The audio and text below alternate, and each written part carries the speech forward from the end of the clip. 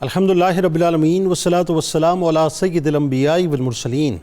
اللہم صلی علی سیدنا و مولانا محمد وعلی آلہ واصحابہ وبارک وسلم وصلی علیہ۔ دنیا کے تمام دیکھنے والوں کو، تمام چاہنے والوں کو، تمام پیار کرنے والوں کو اور جہاں جہاں تک اس وقت میری آواز کو سنا اور مجھے دیکھا جا رہا ہے، جنید اقبال کی جانب سے انتہائی محبت کے ساتھ السلام علیکم۔ ایک بار پھر ناظرین، آپ کو واقعتاً پر نور صبح نور کے ساتھ میں دل کی گہرائیوں سے خوش آمدید کہتا ہوں، اور آئیے بلا توقف چلیں گے حضرت ابو انیس محمد برکت علی علیہ رحمہ کی تالیف اسماء النبی کریم صلی اللہ علیہ وآلہ وسلم سے رسول اللہ صلی اللہ علیہ وآلہ وسلم کا ایک اسم مبارک پڑھنے اور سننے کی سعادت حاصل کرتے ہیں۔ سیدنا سمال الیتامہ صلی اللہ علیہ وآلہ وسلم، ہمارے سردار تمام یتیموں کے حامی، درود و سلام بھیجے اللہ آپ صلی اللہ علیہ وآلہ وسلم پر، آپ صلی اللہ علیہ وآلہ وسلم کے آل پاک پر اور صحابہ کرام رضوان اللہ تعالیٰ علیہم اجمعین پر۔ حضرت عبداللہ ابن عباس رضی اللہ تعالیٰ عنہ سے روایت ہے، امام الانبیاء علیہ وآلہ وسلم نے ارشاد فرمایا کہ جس نے کسی یتیم بچے کے کھانے پینے اور دیگر معاملات کی ذمہ داری لی،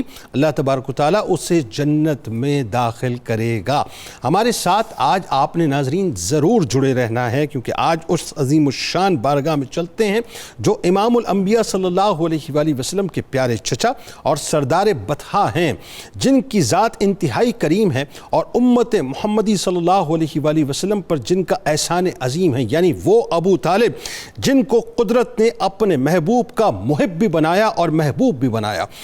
وہ ابو طالب جن کو قدرت نے اس زمین پر اپنے محبوب کا پہلا ثنا خواں بنایا، وہ ابو طالب جن کو قدرت نے اپنے محبوب کا پہلا نکاح خواں بنایا، وہ ابو طالب جنہوں نے بارش کے لیے اپنے بھتیجے کے رخ انور کو وسیلہ بنایا، وہ ابو طالب جن کو قدرت نے سرور دو جہاں امام الانبیاء کی خدمت گزاری کا جذبہ عطا فرمایا، وہ ابو طالب جن کو اللہ نے رسالت و نبوت کی محافظت کا شرف نصیب فرمایا، وہ ابو طالب جن کا آنگن سرور دو جہاں کے نور سے منور ہوتا رہا، وہ ابو طالب جن کا آنگن مہکار سرور دو جہاں سے مہکتا رہا، وہ ابو طالب جنہوں نے سرور دو جہاں کا حسین ترین بچپن دیکھا، وہ ابو طالب جنہوں نے تاجدار کائنات کی پیاری جوانی کا حسین رنگ دیکھا، وہ ابو طالب جو اپنی اولاد سے زیادہ سرور دو جہاں سے محبت فرماتے تھے، وہ ابو طالب جو تاجدار کائنات کو اپنے پاس سلاتے تھے،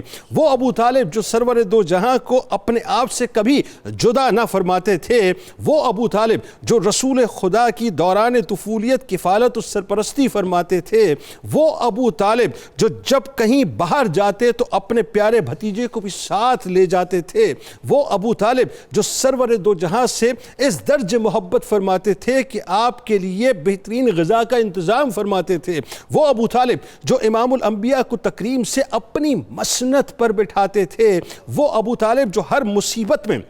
ہر پل ہر لمحہ کام آتے تھے، وہ ابو طالب جب سرور دو جہاں جوان ہو گئے تو آپ کی حمایت و نصرت میں کفار قریش سے ٹکرا جاتے تھے، وہ ابو طالب جو امام الانبیاء کی راہ میں ہر طرح کی سختیاں اور مصیبتیں خود برداشت فرماتے تھے، وہ ابو طالب جو ہر بلا و مصیبت ہر امتحان کو خندہ پیشانی کے ساتھ قبول فرماتے تھے، وہ ابو طالب جو رسول خدا کی نصرت و حمایت اور دین اسلام کی تبلیغ و ترویج میں اپنے پورے وجود کے ساتھ قیام فرماتے تھے کہ اے بھتیجے آپ کا جو چیز چاہے کیجئے، مگر دشمنوں کی باتوں کا غم نہ کیجئے، خدا کی قسم میں آپ کو ان دشمنوں کے حوالے نہیں کروں گا، ہر مصیبت ہر تکلیف ہر پریشانی خود اپنے اوپر سہوں گا، سب مل کر بھی آپ تک نہ پہنچ پائیں گے بخدا جب تک مجھے مٹی میں نہیں ملائیں گے۔ ناظرین کرام، وہ ابو طالب جو کفار مکہ کو مقابلے کے لیے للکارا کرتے تھے، وہ ابو طالب جن سے کفار قریش ڈرتے تھے اور جن کا بے حد اکرام کیا کرتے تھے،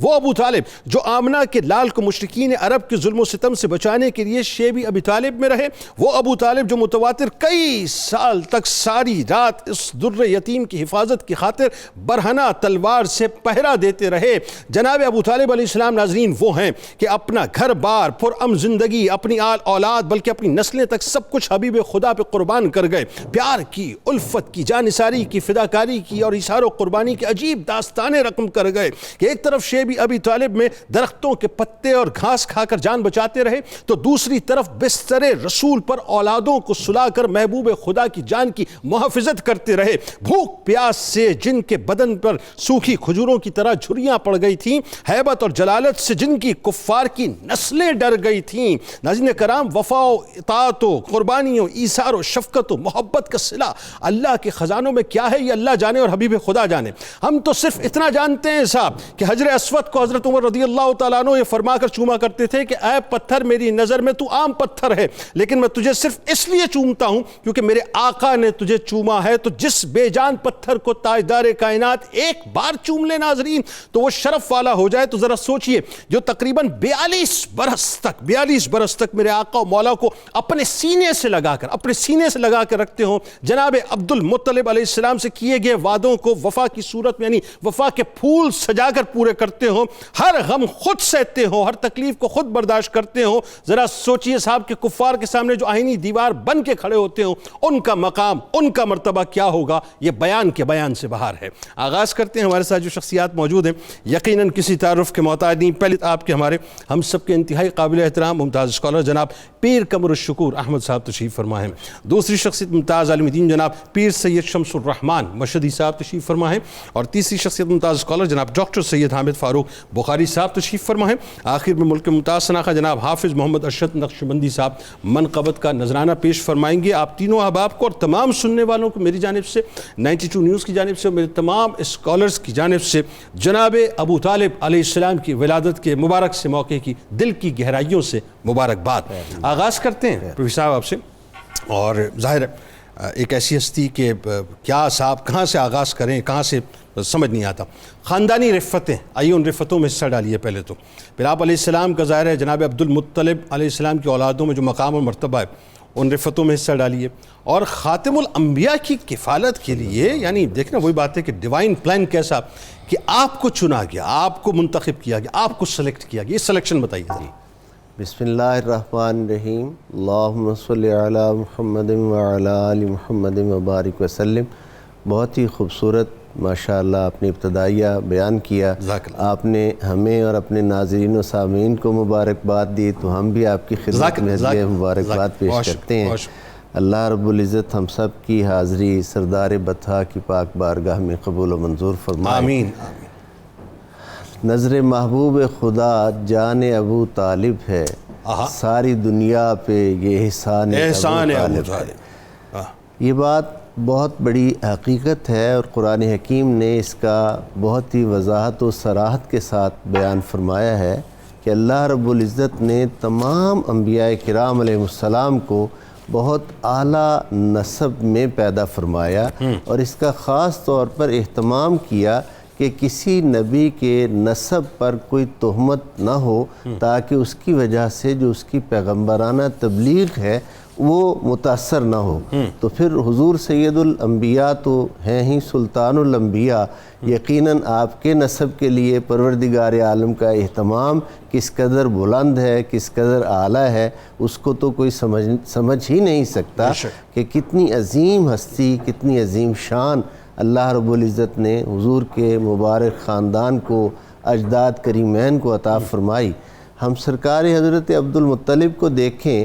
تو آپ اپنے وقت میں شریعت ابراہیمی پر سب سے زیادہ کاربند تھے اور اس نسبت سے غار حرا میں رمضان المبارک میں اعتکاف فرمایا کرتے تھے. اور یہ جو زمزم کا فیض پوری کائنات تک پہنچ رہا ہے یہ بھی حضرت عبد المطلب کی عطا ہے کہ ان کے مبارک دور سے پہلے بنو جرہم نے اس کو بند کر دیا تھا. 20 سال زمزم کا کنواں مل ہی نہیں رہا تھا. حضرت عبد المطلب کا مبارک دور آیا تو انہیں نشاندہی کی گئی کہ اس زمین کو کھودو. چنانچہ انہوں نے کھودا تو چاہے زمزم برآمد ہوا. اور میں ایک جملہ جسٹ ایسے ہی عرض کر دوں، یہ بہت انفارمیٹیو ہے کہ حضرت عبد المطلب کو اس کنویں سے سونے کے بنے ہوئے ہرن جو بیت اللہ میں تھے، 2 ہرن اس چاہ زمزم کی کھدائی کے درمیان ملے تھے، جس میں کلوز کے حساب سے سونا تھا، اور باقی بہت سی چیزیں تھیں جو اس کنویں میں ڈال کر اسے بند کیا گیا تھا۔ حضرت عبد المطلب وہ عظیم شخصیت ہیں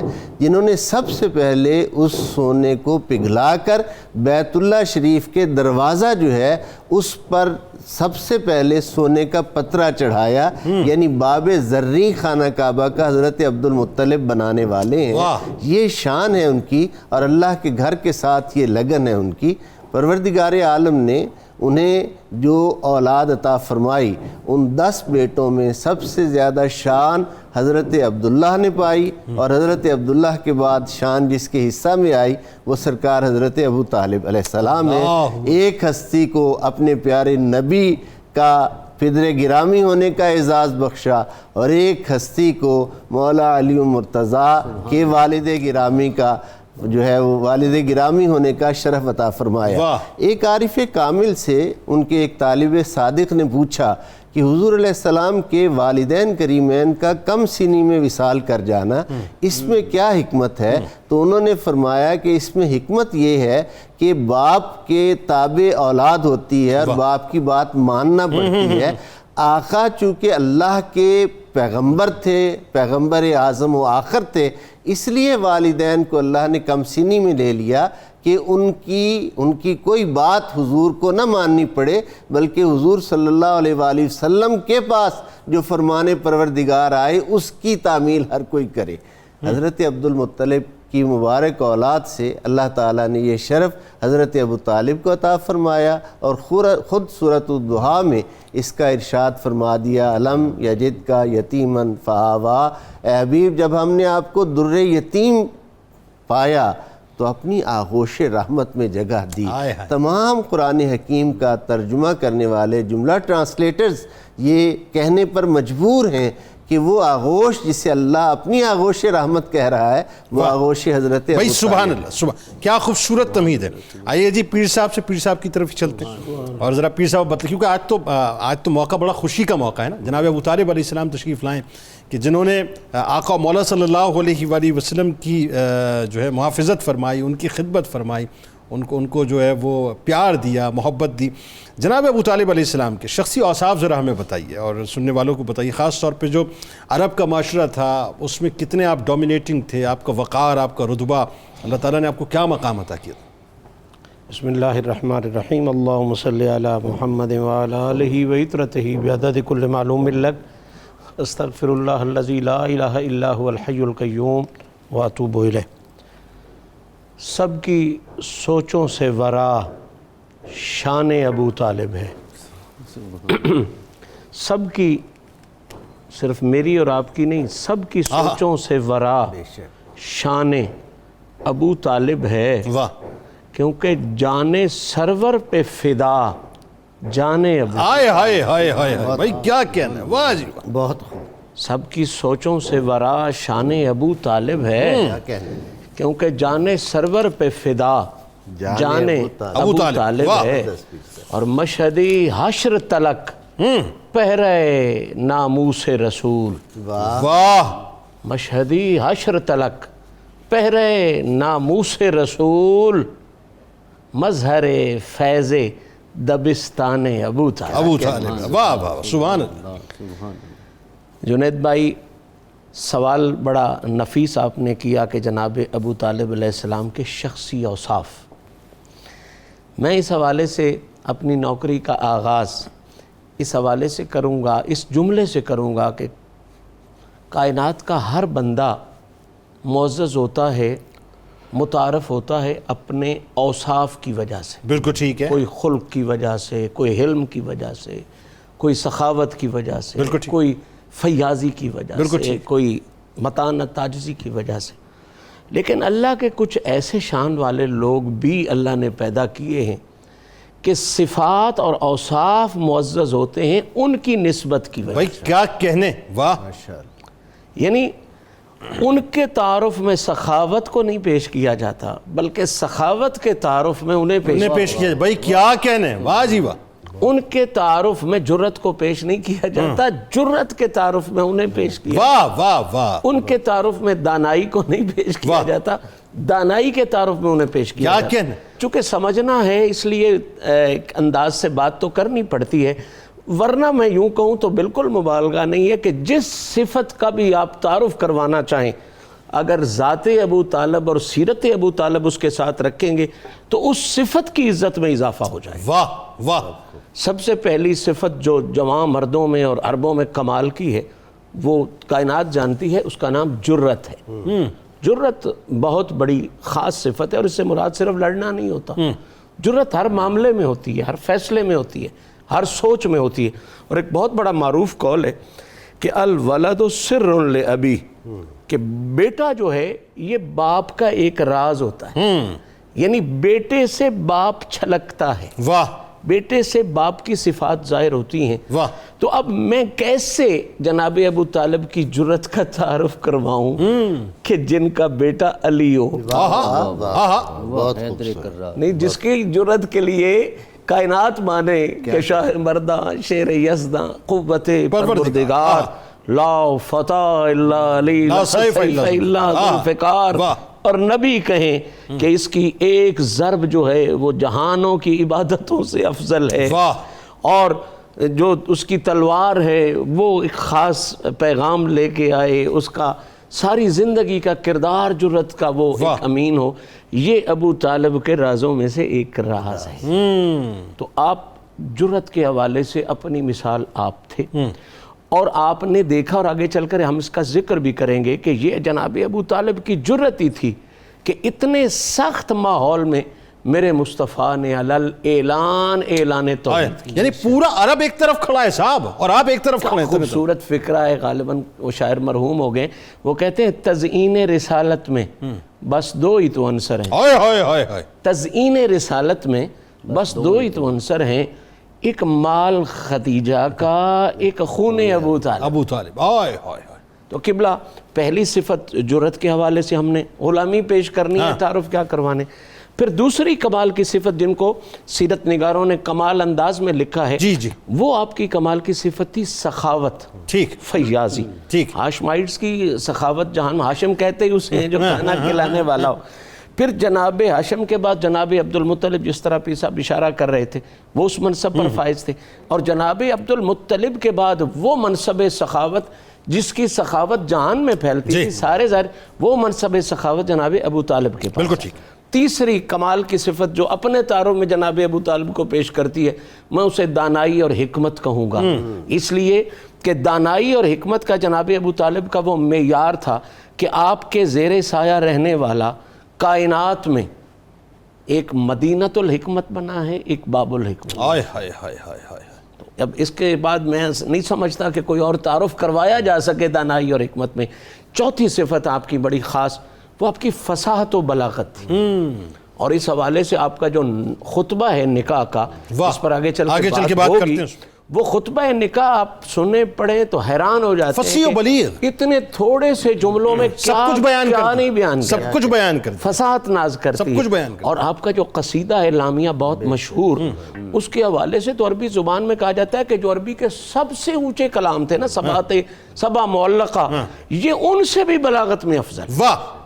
تو فصاحت و بلاغت آپ کی جو تھی وہ اس لیول کی تھی۔ اور پھر ان ساری صفات کے ساتھ ایک خاص جذبہ ہے، اس کی طرف میں اشارہ بھی کر رہا ہوں، جذبہ ایثار کی بلا۔ صفات میں ایسی چیز ہے جو ہر صفت کی سردار، اپنی سوچ، اپنی فکر، اپنی مرضی پر کسی دوسری کو ترجیح دے دینا، اپنی ضرورت پر کسی دوسری کو ترجیح، یہ جناب ابو طالب پاک میں پہلے دن سے تھا۔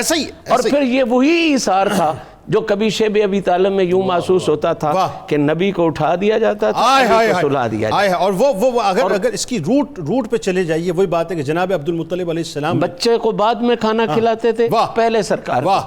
کبھی مولا علی فرماتے ہیں ہمیں کبھی احساس ہی نہیں ہوا کہ جناب آقا کریم صلی اللہ علیہ وسلم کے والد گرامی اس دنیا سے پردہ کر، ہمیں دوسری جگہ ملتی تھی، آقا پاک کو پہلی جگہ ملتی۔ اس وقت تک کھانا نہیں شروع کیا جاتا تھا کہتے تھے جب تک میرا محمد نہ آ لے کوئی کھانے کو ہاتھ. یعنی یہ وہی بات ہے, وہ ڈیوٹی تھی جو جناب اب آپ کا جو مقام بنا, جی جی اب خوبصورت صفات کے ساتھ جو مقام تھا وہ یہ تھا کہ اس وقت اگر آپ یوں کہیں کہ عرب کی اخلاقی رہنمائی کا اگر کوئی رہنما تھا اور عرب کا کوئی ہادی مانا جاتا تھا اسلام سے پہلے, تو وہ مقام جناب ابو طالب کو. بالکل ٹھیک. اور میں عرض کر رہا تھا کہ جناب عبد المطلب علیہ السلام نے وہ جو ذمہ داری آپ کو سونپی تھی, آپ یہ دیکھیے کہ اس ذمہ داری کو بدرجہ اولیٰ کس انداز سے آپ نے نبھایا کہ جب تک آپ حیات رہے ظاہری طور پہ آپ نے رسول کریم صلی اللہ علیہ وآلہ وسلم کو, اپنے پیارے بھتیجے کو ہمیشہ فوقیت دی. اچھا اب ذرا آئیے اسی طرف, اسی محبت کی طرف ہمیں لے جائیے کہ جناب ابو طالب علیہ السلام سرکار مدینہ صلی اللہ علیہ وآلہ وسلم سے اگر میں سوال فلوٹ کروں تو سوال فلوٹ کرتے ہوئے میں 1000 مرتبہ سوچوں گا کہ بیان ہو نہیں سکتی یہ بات کہ کس درجے محبت فرماتے تھے. اب ذرا بس وہی بات ہے کہ حصہ ڈالیے صاحب, کس درجے محبت فرماتے تھے. بسم اللہ الرحمن الرحیم. جنید بھائی, آج ولادت کا تذکرہ ہے اس ہستی کا جو جانشین ہیں وارث کعبہ کے, وارث توحید کے, اور خود وہ پاسبان رسالت بھی تھے. اور ابرہا کے ساتھ جو مکالمہ ہوا تھا حضرت عبد المطلب کا, وہ ساری دنیا جانتی ہے کہ اللہ کریم نے اس خاندان کو کعبے کا وارث بنایا ہے. تو آپ سید البطحاء بھی ہیں اور اپنے ابا حضور کے وارث بھی ہیں اور جانشین بھی ہیں. دوسری بات جو آپ نے ارشاد فرمایا محبت کی اور کفالت کے حوالے سے, جو قبلہ پیر صاحب نے ارشاد فرمایا وہ آیت مبارکہ تلاوت کی ہے کہ علم یجد کا یتیمن فآوا. اس آیت مبارکہ کے ضمن میں حضرت امام ابن کثیر لکھتے ہیں کہ فَقَفَلَهُ عَمُّهُ ابو طالب ثم لم يزل يهوته وَيَنْصُرُهُ وَيَرْفَعُ مِنْ قَدْرِهِ وَيُوَقِّرُهُ کہ حضرت ابو طالب نے صرف کفالت فرمائی نہیں,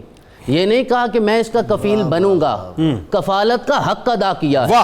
کیونکہ یہ تو سارے لوگ ہی جانتے ہیں کہ حضرت عبداللہ اور جناب ابو طالب یہ دونوں سگے بھائی تھے, تو آپ نے سگے بھائی اور سگے چچا ہونے کا حق ادا کیا ہے اور بن کے دکھایا ہے کہ سگا کیا ہوتا ہے. فَقَفَلَهُ عَمَّهُ ابو طالب, اور ہر وقت رسول اکرم کے گرد طواف کیا کرتے تھے. ثُمَّ لَمْ يَزَلْ يَهُوتُهُ وَيَنْصُرُهُ, اور جہاں نصرت کی ضرورت پیش آتی تو نصرت پیش کیا کرتے تھے. وَيَرْفَعُ مِنْ قَدْرِهِ, اور ہر جگہ رسول اکرم صلی اللہ علیہ وسلم کی قدر کو بلند فرمایا کرتے تھے. وَيُوَقِّرُهُ, چچا تھے, بلکہ رشتے میں میرا خیال ہے کہ آپ تایا تھے, کیونکہ جناب عبداللہ سے بڑے تھے. تایا ہونے کے باوجود بھی آقا کی توقیر بھی کرتے تھے, آقا کی تعظیم بھی فرمایا کرتے تھے. اور جہاں قبلہ پیر صاحب بات لے آئے ہیں, یہ محبت کا کتنا خوبصورت اظہار ہے کہ اب راوی کو لکھنا پڑا ہے, اور سیرت کی ہر کتاب میں یہ لکھا گیا ہے یہ جملہ کہ حضرت ابو طالب رسول اکرم سے اتنی محبت کرتے تھے. کانا یحبہ حبا شدیدا لا یحب ولدہ, اپنی سگی اولاد سے اتنی محبت نہیں کرتے تھے جتنی رسول اکرم سے محبت کرتے تھے. رسول اکرم سے اتنی محبت ہوتی تھی کہ رسول اکرم بھی پھر محبت کا اظہار یوں کرتے تھے کہ ان کے بغیر سویا نہیں کرتے تھے. آپ نے یہ جملہ انٹرو میں بولا ہے, اور اس کا عربی متن یہ ہے کہ وَقَانَ لَا يَنَامُ إِلَّا إِلَىٰ جَنْبِهِ, رسول اکرم کو جب تک وہ پہلو نہیں ملتا تھا تو نیند آتی تھی. رسول اکرم اس پہلو میں سویا کرتے تھے, اور رسول اکرم صلی اللہ علیہ وسلم کے لیے خاص کھانا تیار کیا جاتا تھا. حضرت فاطمہ بنت اسد نے ماں بن کے دکھایا ہے, جناب ابو طالب نے باپ بن کے دکھایا ہے. اور جس طرح قبلہ پیر صاحب نے کہا یہ سمجھانے کے لیے باتیں ہوتی ہیں, ان ہستیوں کا مقام ہم نہیں جانتے, یہ بھی سمجھانے کے لیے ہم کہتے ہیں کہ یہ کفیل ہیں اور رسول اکرم ان کے گھر میں پلے ہیں. عقیدہ اور حقیقت یہ ہے کہ انہوں نے رسول اکرم کو پالا نہیں ہے, اللہ کریم نے رسول اکرم کے صدقے انہیں پالا ہے. کہ رسول اکرم جب تشریف لے آتے تھے دسترخوان پہ برکتیں ہو جایا کرتی تھی, اور جب آپ کا خاندان آپ کے بغیر کبھی بیٹھتا تھا لم یشبعوا, تو سیر ہو کے کھانا نہیں ہوتا تھا. رسول اکرم تشریف لے آتے تو اسی کھانے میں برکت ہو جایا کرتی تھی.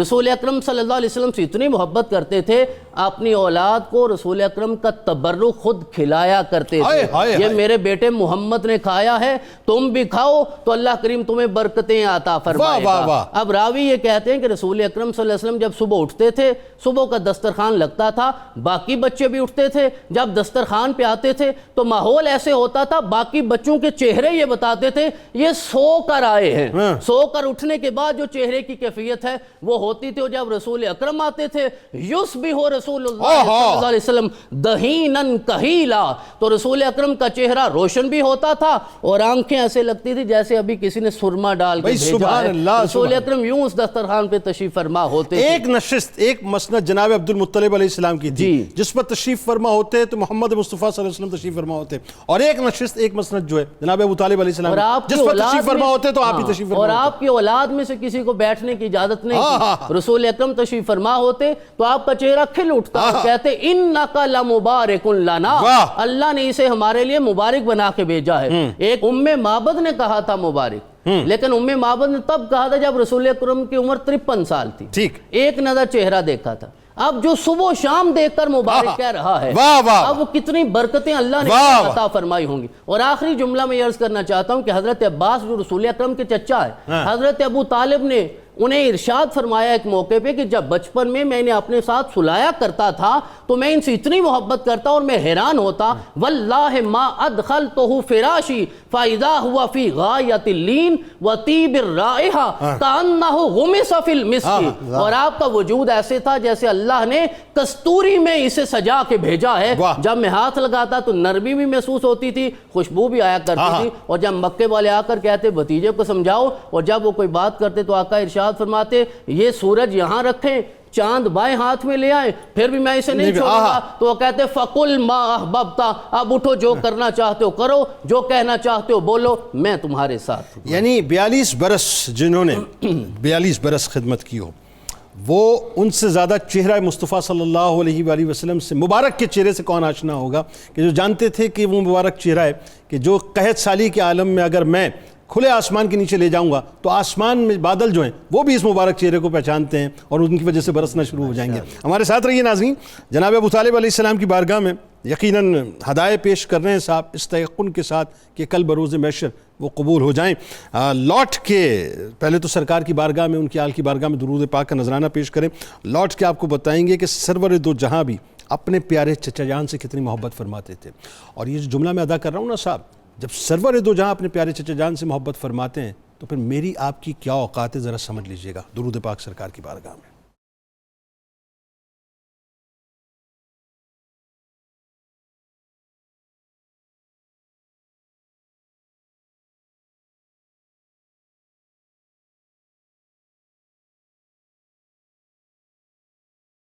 ایک بار پھر جناب میں آپ کو خوش آمدید کہتا ہوں سردار بطحہ رسول کریم صلی اللہ علیہ وآلہ وسلم کے پیارے چچا جان جناب ابو طالب علیہ السلام کی ولادت کا خوبصورت سا حسین سا موقع ہے، اور انہی کی بارگاہ میں ہدایے پیش کر رہے ہیں صاحب کہ پوچھ رحمان سے کیا شان ابو طالب ہے، پوچھ رحمان سے کیا شان ابو طالب ہے،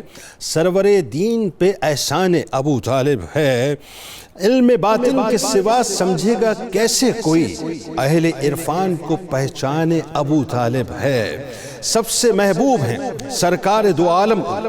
سب سے محبوب ہیں سرکار دو عالم، ان کو در حقیقت یہی ایمان ابو طالب ہے، میلی نظروں سے میرے پیارے کو دیکھے نہ کوئی، میلی نظروں سے میرے پیارے کو دیکھے نہ کوئی، ساری دنیا میں یہ اعلان ابو طالب ہے، راضی حسنین کریمین کے بابا ان پر، راضی حسنین کریمین کے بابا ان پر، جن کے ہاتھوں میں بھی دامان ابو طالب ہے، سرور دین کی ناموس کا پہرا دینا، سرور دین کی ناموس کا پہرا دینا، سچ تو یہ ہے کہ یہ فیضان ابو طالب ہے، پہلے ہی ظاہر ہے، پہلے ہی محافظ ناموس رسالت تھے نا آپ، ناد گو پہلے جہاں بھر میں وہ اجمل ٹھہرے، ناد گو پہلے جہاں بھر میں وہ اجمل ٹھہرے، شاہد اس بات پہ دیوان ابو طالب ہے۔ پیر صاحب اب ذرا یہ بتائیے سرور دو جہاں اپنے پیارے چچا جان سے، اب ظاہر ہے وہی بات آ گئی کہ کیسے بیان کریں، کس قدر محبت فرماتے تھے، ان کا اکرام کیسے فرماتے تھے، بالخصوص سیدہ خدیجہ الکبریٰ سلام اللہ علیہ سے جو نکاح کا موقع ہے، یعنی یہ شرف بھی، یہ تاج بھی آپ کے سر اقدس پہ سجا کے سرکار علیہ السلام کے پہلے نعت خواں بھی بنے اور پہلے نکاح خواں بھی بنے، بتائیے ذرا۔ حضور سید عالمین صلی اللہ علیہ وآلہ وسلم کی ظاہری عمر مبارک 8 برس تھی کہ سرکار حضرت عبد المطلب نے ایک دن پیار کے ساتھ اپنی آغوش میں آپ کو بٹھایا اور آغوش میں بٹھا کر حضور علیہ السلام سے پوچھا، اے میرے پیارے بیٹے محمد، اگر میں کسی طویل سفر پر جا رہا ہوں اور آپ کو ساتھ نہ لے جا سکوں تو آپ اپنے ان چچاؤں میں سے کس کے پاس رہنا پسند کریں گے؟ تو حضور سید عالمین صلی اللہ علیہ وآلہ وسلم اترے، حضرت عبد المطلب کی آغوش سے اٹھے اور جا کر حضرت ابو طالب کی آغوش میں بیٹھ گئے۔ یہ گویا اللہ رب العزت کا جو آنے والے وقت میں جس فیصلے کا اظہار قدرت نے کرنا تھا، آقا علیہ السلام کی بصیرت جو تھی وہ اس حقیقت کو سمجھ رہی تھی کہ یہ پروردگار عالم کس کا انتخاب فرما رہے ہیں، اور اسی وجہ سے حضرت ابو طالب نے اپنی ان ذمہ داریوں کو اس قدر نبھایا۔ ایک بات جو آپ کے تذکرہ میں بہت کم بیان کی جاتی ہے، میں اسے تھوڑا وضاحت کے ساتھ عرض کرنا چاہوں گا کہ جب 12 سال کی ظاہری عمر مبارک ہے تو شام کا سفر ہوا قریش کے لوگوں کا، جس میں حضرت ابو طالب کے ساتھ آپ بھی تشریف لے گئے، اور حضور اصرار کر کے گئے تھے، آقا کی خواہش پر حضرت ابو طالب نے انہیں ساتھ لیا تھا۔ جب بحیرہ نے دیکھا اور وہ سارا واقعہ ہوا، تفصیل واقعہ ہے، تو بحیرہ نے کہا کہ آپ کی حفاظت کریں۔ حضرت ابو طالب نے یہ تو فرمایا، طبقات ابن سعد میں الفاظ ہیں روایت کے کہ آپ نے فرمایا ان کی شان اللہ نے ہمیں بتائی ہوئی ہے، ہم ان کی حفاظت میں کبھی کوتاہی نہیں کرتے۔ لیکن جو سب سے بڑی بات ہے جسے ہائی لائٹ کرنے کی اشد ضرورت ہے وہ یہ ہے کہ اس سفر کے بعد سرکار حضرت ابو طالب نے کوئی تجارتی سفر نہیں کیا، بلکہ ہمیشہ حضور کی حفاظت میں رہے۔ یہ نقطہ تو واقعی بہت اہم بات، کیا کمال بات، یعنی کوئی تجارتی سفر نہیں کیا آپ نے کہ کہیں ایسا نہ ہو وہ جو عظیم امانت ہمارے پاس ہے جس کا اللہ نے ہمیں امین بنایا ہے اس کے احترام میں کوئی کمی نہ رہ جائے۔ یعنی عموماً لوگ یہ کہہ دیتے ہیں کہ ان کے تجارتی اسفار کے حوالے سے تاریخ خاموش نہیں ہے، آپ نے تجارتی سفر ہی نہیں کیا، تجارتی سفر اس کے بعد نہیں کیا۔ حضور کی حفاظت کے نقطہ نظر سے پوری زندگی جو بقیہ ہے وہ حضور کی حفاظت میں گزاری حضرت ابو طالب نے، یہ حقیقت سمجھنے سے تعلق رکھتی ہے۔ یہ تو پیار ہے، جو آپ نے پیار پوچھا، یہ تو پیار ہے کہ حضور کا پیار کیسا ہے اور ان کا حضور صلی اللہ علیہ وآلہ وسلم سے پیار کیسا ہے۔ اچھا، اب جہاں نکاح کے حوالہ سے جب آپ نے سرکار کل عالم صلی اللہ علیہ وآلہ وسلم نے خود سفر کیا، تجارتی سفر، حضرت خدیجہ الکبریٰ سلام اللہ علیہ کا مال لے کر، تو اس سفر سے جب آقا واپس تشریف لائے تو حضرت خدیجہ سلام اللہ علیہ نے، چونکہ وہ طاہرہ تھیں اور یہ طیب و طاہر تھے، حضرت خدیجہ الکبریٰ نے، شیخ محقق نے مدارج میں لکھا کہ آسمانی خواب دیکھا تھا کہ آسمان سے آفتاب اتر کر ان کی آغوش میں آئے، اور انہوں نے ورقہ بن نوفل کی اس کی تعبیر پوچھی تو انہوں نے کہا ان قریب نبی آخر الزمان صلی اللہ علیہ وآلہ وسلم کا ظہور ہوگا اور وہ آپ سے نکاح فرمائیں گے۔ اسی لیے میسرہ کو اپنے چچا، یعنی غلام جسے وہ چچا کہتی تھیں، حبشی غلام کو حضور کے ساتھ کیا تھا کہ شب و روز کے معمولات دیکھے۔ محمد عرب کے نوجوانوں سے مختلف ہے، سارا عرب انہیں صادق اور امین کہتا ہے، ذرا اس سفر میں ساتھ رہ کے ان کے معاملات دیکھ۔ اور جیسے ہی انہیں تصدیق ہوئی تو انہوں نے فوراً اپنی سہیلی کے ذریعے سے، نفیسہ کے ذریعے سے پیغام بھیجا۔ اب یہاں حضور علیہ السلام کا جو ادب کرتے تھے، ادب اور محبت کرتے تھے، ادب اور محبت حضرت ابو طالب کا، وہ ذرا دیکھیں کہ حضور نے اس پیغام کے جواب میں فرمایا کہ یہ فیصلہ کرنا یہ میرے چچا کا حق ہے، میرا حق نہیں۔ اور وہ والد کے قائم مقام تھے، یہ اہمیت کیا؟ وہ فیصلہ حضرت ابو طالب کے لیے اس سے خوشی کی بات اور کیا ہو سکتی تھی کہ جناب ملکۃ العرب اور طاہرہ لقب والی، پاک دامن عفت و عصمت والی ہستی جو ہے وہ ان کے حرم کی زینت بنے۔ حضرت ابو طالب نے اس بات کا نہ صرف پسند کیا بلکہ اس بات کو آگے بڑھایا، اور پھر وہ حضور سید عالمین صلی اللہ علیہ وآلہ وسلم کے نکاح کی تقریب منعقد ہوئی۔ خطبہ نکاح سے پہلے ایک جملہ میں صرف بہت اس کی اہمیت واضح ہو جائے گی کہ اہل عرب کا دستور یہ تھا کہ وہ لکھنے میں، پڑھنے میں، بولنے میں اللہ کے نام کے ساتھ بسمک اللہم کہہ کر آگے بتوں کے نام لیا کرتے تھے۔ یہ ایک اس وقت کا اسلوب تھا، لیکن حضرت ابو طالب نے جب خطبہ نکاح پڑھا ہے تو الحمدللہ الذی انزل علی عبدہ الکتاب، الحمدللہ الذی جعلنا من ذریت ابراہیم و زرع اسماعیل. تمام تعریفیں اس اللہ کے لیے جس نے ہمیں ابراہیم کی ذریت سے اور اسماعیل کی کھیتی سے پیدا کیا ہے. مطلب جس کو جناب ابو طالب علیہ السلام کو سمجھنا ہے وہ صرف خطبے کے پہلے جملے ہی سمجھنا ہے. خطبے کے اس پہلے جملے سے سمجھ آ جائے گی کہ حمد بھی بیان کی جا رہی اللہ کی وحدہ لا شریک کی، اور انبیاء علیہ السلام کے ساتھ جو نسبت قرابت ہے اس کو بھی بیان کیا جائے. بالکل ٹھیک ہے. اب چونکہ وقت سے مٹ گیا ورنہ آپ سے پورا خطبہ ہم سنتے. وہ تو بڑا کمال خطبہ ہے جس میں سرکار علیہ السلام کی جس انداز سے شان بیان کی. اس خطبے کو ہی سمجھ لیں صاحب جناب ابو طالب سمجھ آ جائیں گی بات یہ. اچھا آئیے ذرا جناب ابو طالب علیہ السلام کا سرکار علیہ السلام کے لیے جو جان نثاری کا جذبہ وہ بھی ظاہر الفاظ میں آپ کی شخصیت الفاظ میں بیان ہو ہی نہیں سکتی کہ کفار مکہ پورے ایک طرف ہیں اور بیچ میں آپ ایک شیلڈ بن کے جو ہے باقاعدہ اپنے بھتیجے کے لیے ان کے حق پہ کھڑے ہیں. اور پھر یہ دیکھیے کہ صرف اکیلے تنہا نہیں، پیر صاحب ذرا آپ کلام فرمائیں کہ بنو ہاشم کو اور بنو مطلب کو باقاعدہ آپ نے تیار بھی کیا اور پھر ان کے جذبات کی جو عکاسی آپ نے کی جن الفاظ میں وہ بڑے کمال الفاظ ہیں. بتائیے ذرا. بسم اللہ الرحمن الرحیم. عم جان محمد کی کیا بات ہے، ماشاءاللہ، پاسبان رسالت کی کیا بات ہے، جن کے بچے بھی حسنین ہوں، واہ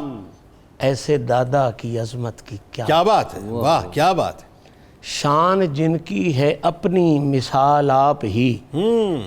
لال جن کے ہیں جعفر عقیل و علی، فاطمہ پاک جن کی بہو مشہدی، اصل نسل امامت کی کیا بات ہے بھائی، کیا بات ہے. جناب سیدنا ابو طالب علیہ السلام کا ہر حوالہ ہی بے انتہا خوبصورت ہے، لیکن میں اگر یوں کہوں تو قطعاً مبالغہ نہیں کہ آقا کریم علیہ الصلاۃ والتسلیم کی ذات اور ناموس کی حفاظت، حضور سے عشق و محبت کی داستان جب بھی کوئی باغیرت انسان لکھے گا واہ واہ واہ، اس کی غیرت اسے مجبور کرے گی کہ اس داستان میں پہلا نام علی کے باپ جناب اللہ. ناموس رسالت کا تحفظ، ذات رسالت کا تحفظ کائنات میں جہاں کہیں ہوتا ہے انہیں اپنے بانی کے طور پہ جناب ابو طالب پاک کی ہستی نظر آتی ہے. بھائی کیا کہنا. کفار مکہ کے مقابلے میں آپ کا آقا کی حمایت کے لیے کھڑا ہونا یہ کوئی ایک لمحے کا نہیں ہے، یہ نصف صدی کا قصہ ہے، 2-4 برس کی بات نہیں ہے. وہ چھوٹی عمر سے لے کے اعلان نبوت اور پھر شیب ابی طالب تک ایک ایک لمحہ مصطفیٰ کی حمایت میں گزارا، حفاظت میں گزارا، اور مصطفیٰ کے ہر مخالف کی مخالفت میں گزارا. واہ واہ واہ واہ کیا کہنے. یہ کمال کی بات. سبحان اللہ. تمام سیرت کی کتابوں میں 3 بڑے وفود کا ذکر ہے جو کفار کے نمائندہ بن کے جناب ابو طالب پاک کے پاس صرف اس لیے آئے ہیں کہ آپ اپنے بھتیجے کا ساتھ چھوڑیں، اور 3 مختلف اوقات میں آئے، مختلف اوقات میں. اور یہ تقریباً ہر سیرت نگار نے بالکل ٹھیک یہ لکھا ہے. پہلی دفعہ صرف بات کرنے آئے ہیں کہ جناب مہربانی کریں، انہیں منع کریں، یہ ہمارے جو ہیں بتوں پر باتیں کرتے ہیں. تو حضرت نے اس صورت میں جناب آقا کریم علیہ الصلاۃ والتسلیم کا لہجہ، آپ کا سوچ دیکھ کے انہیں جواب دے دیا. ٹھیک ہے. اگلی دفعہ آئے ہیں تو انہوں نے ایک چال چلی ہے، ایک خوبصورت سا اور سردار سا نوجوان اپنے میں سے منتخب کیا ہے اور بہت سے مال و دولت کی بات لے کے آئے ہیں کہ جناب یہ مال و دولت بھی دیتے ہیں اور یہ اتنا خوبصورت جوان آپ کی خدمت کے لیے بھی آتا ہے، تو آپ ان کی حمایت چھوڑ دیں اور انہیں آزاد کر دیں، ہم جانے اور ان کا کام جانے.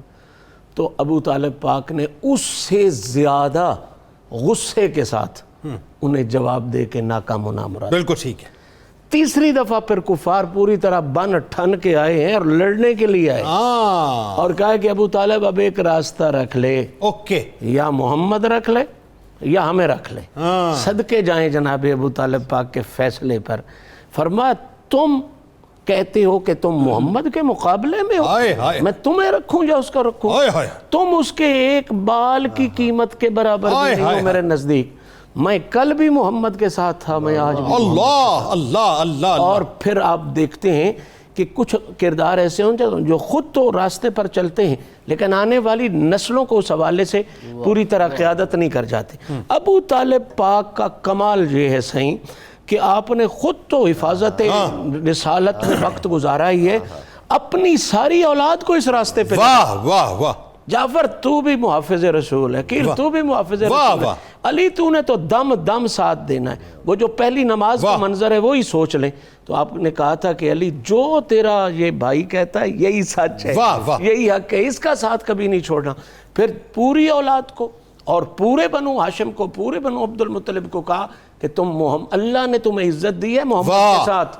اب تم اس عزت کا خیال رکھو اور ہمیشہ کے لیے عزت دار ہو جاؤ۔ اور قبلہ وہ حفاظت ناموس رسالت کا فیضان صرف سیدھی اولاد تک نہیں، وہی فیضان کربلا میں چمکا ہے، وہی فیضان پھر مشہد میں آپ کے چمکا ہے، وہی فیضان کاظمین میں، یہ جس طرح آپ نے وہ فکرہ کہا تھا کہ دراصل یہی فیضان ہے ابو طالب۔ سر آپ یہ دیکھیے نا کہ آپ نے بنیادی طور پر ڈھالے کائنات بن کے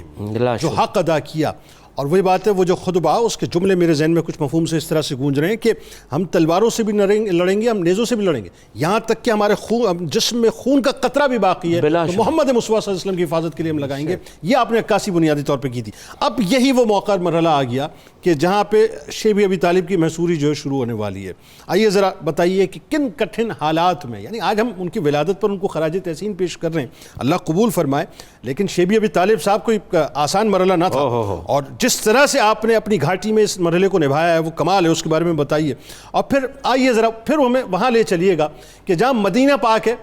اور سرکار مدینہ ہے، اور پھر اپنے چچا جان کی یاد ہے، اور یاد میں مولا کائنات سے فرماتے ہیں وہ اشعار آج سنا دو جو اشعار تمہارے بابا جان نے میرے لیے لکھے تھے، بتائیے ذرا۔ جی جنید بھائی، شیب ابی طالب یقیناً حضرت سیدنا ابو طالب علیہ السلام کی سیرت مبارکہ میں سے یہ ایک ایسا پہلو ہے کہ جس پہ عموماً بات نہیں کی جاتی، اور زیادہ لوگ جو اسے متعارف بھی نہیں ہوتے، تو اس کا مطالعہ کرنا چاہیے۔ اور اگر اردو زبان میں مطالعہ کرنا چاہیں تو حضور ضیاء الامت نے ضیاء النبی میں بڑی تفصیل کے ساتھ، اپنائیت کے ساتھ، محبت کے ساتھ جناب ابو طالب علیہ السلام کا تذکرہ فرمایا ہے۔ تو شیب ابی طالب میں جانے کی وجوہات یہ تھیں، ایک تو اسلام دن بدن ترقی کر رہا تھا جو مکے والوں کو برداشت نہیں تھا، پھر ہجرت حبشہ میں جو مجاہدین اور مہاجرین گئے ہوئے تھے انہیں واپس لانے میں انہیں ناکامی ہو گئی تھی، اور پھر کافروں نے کوئی ایسا منصوبہ بنا لیا تھا کہ جو حضرت ابو طالب علیہ السلام کے لیے قابل برداشت نہیں تھا، تو انہوں نے بنو ہاشم کو اور بنو مطلب کو ساتھ لیا اور شیب ابی طالب میں جانے کا فیصلہ فرما لیا، اور پھر وہاں جا کر آپ نے بنو مطلب کو سامنے بٹھایا اور ان سے ایک عہد لیا، اور وہ عہد یہ تھا کہ نموتو من عند آخرنا قبل ان یوصل الی رسول اللہ صلی اللہ علیہ وسلم، کہ مکے والے اس وقت تک میرے بھتیجے تک نہیں پہنچیں گے جب تک ہم میں سے آخری فرد بھی دنیا سے رخصت نہ ہو جائے۔ اور پھر آپ نے وہ اشعار کہے ہیں جن کی طرف آپ نے اشارہ کیا کہ کذبتم و بیت اللہ نبذی محمدا، کہ تم جھوٹ کہتے ہو کہ ہم محمد رسول اللہ کو چھوڑ دیں گے، میں کعبے کی قسم کھا کر کہتا ہوں ہم کبھی نہیں چھوڑیں گے۔ وَلَمَّا نُطَاعِنُ دُونَهُ وَنُنَاطِلِ، ہم ان کی خاطر اپنا سب کچھ قربان دیں گے لیکن انہیں کبھی نہیں چھوڑیں گے۔ وَنُسْلِمُهُ حَتَّى نُسَرَّ حَوْلَهُ وَنَزْحَلَ عَنْ أَبْنَائِنَا وَالْحَلَائِلِ، ہم اپنے بیوی بچے سب کچھ قربان کر دیں گے اور ان کے ارد گرد ہماری لاشیں ہوں گے لیکن محمد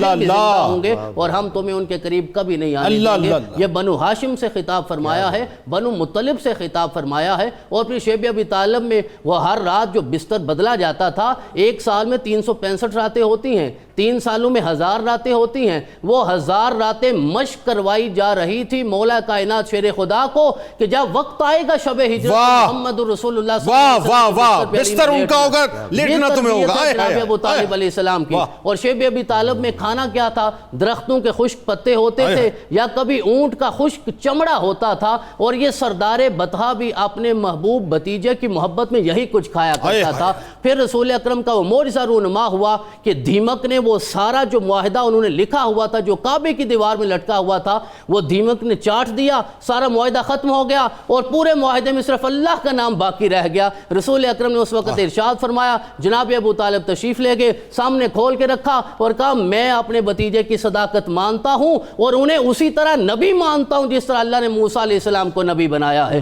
تو شیب ابی طالب کی یہ ساری تفصیلات کا ہمیں مطالعہ کرنا چاہیے، اور محبت کا وہ مشہور واقعہ کہ آپ کے بچپن میں، ایک روایت کہتی ہے آپ کی عمر 2 سال تھی، ایک روایت کہتی ہے عمر 4 سال تھی، اور مکے میں کہتا کیا، مکے والے جا رہے تھے لات منات اور عزا کے توسل سے بارش مانگنے، اور جناب ابو طالب نے ایک بچہ اٹھایا ہے، عمر 2 سال ہے، یہ 4 سال ہے، کعبے کی دیوار کے ساتھ رکھ کر کہا مولا وَأَبْيَضَ يُسْتَسْقَى الْغَمَامُ بِوَجْهِهِ سِمَالُ الْيَتَامَى وَرَحْمَةٌ لِلْأَرَامِلِ۔ آخری جملہ میں یہ عرض کرنا چاہتا ہوں کہ جناب ابو طالب وہ ہیں جنہوں نے اس امت کو سب سے پہلے توسل کا عقیدہ عطا واہ واہ واہ واہ واہ، سبحان اللہ۔ اللہ تعالیٰ اس گفتگو کو قبول فرمائے۔ کل بروز محشر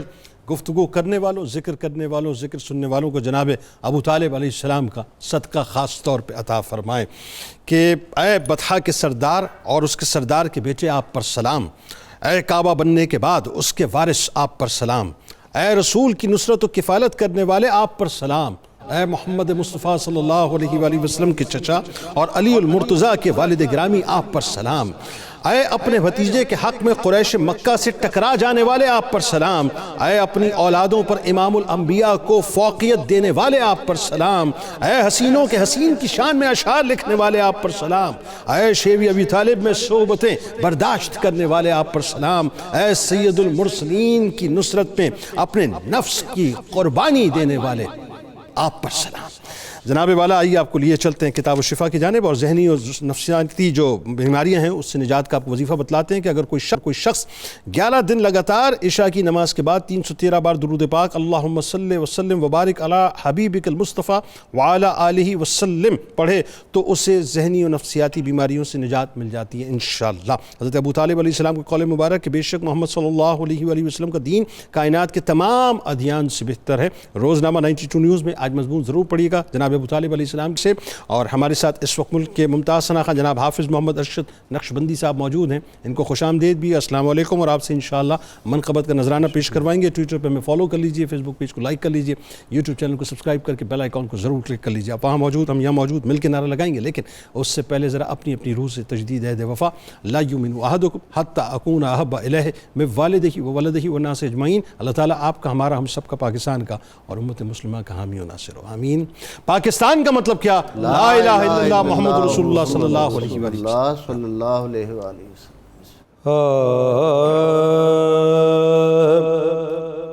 وہ شیخ بطحا، وہ شیخ بطحا، وہ فخر ہاشم، وہ ام خیر الانام بھی ہے۔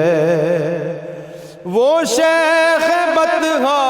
وہ فخر ہاشم، وہ ام خیر الانام بھی ہے، فصیح بھی ہے کریم بھی ہے، فصیح بھی ہے کریم بھی ہے، وہ خوش نظر خوش کلام بھی ہے۔ خدا کی رحمت ہوئی ہے اس پر، وہ انتخاب نبی ہے ٹھہرا، وہ انتخاب نبی ہے ٹھہرا، عظیم قربت ملی ہے آقا، عظیم قربت ملی ہے آقا کے ساتھ ہر ایک گام بھی ہے۔ تلاوت روح مصطفیٰ میں گزارتا اپنا دل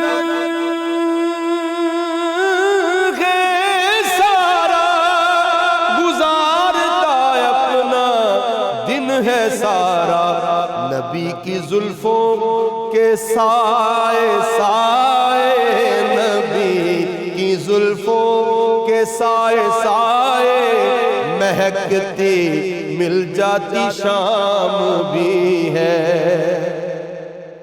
اسی کا نور نظر ہے شہر علوم احمد کا باب ساجد، اسی نظر ہے شیر علوم احمد کا باب ساجد، اسی کے پوتوں کے ہاتھ جنت، اسی کے پوتوں کے ہاتھ جنت کا سب انتظام بھی ہے۔ وہ شیخ بطحہ، وہ فخر ہاشم، وہ خیر الانام بھی ہے، فصیح بھی ہے، کریم بھی ہے، وہ خوش نظر خوش کلام بھی ہے۔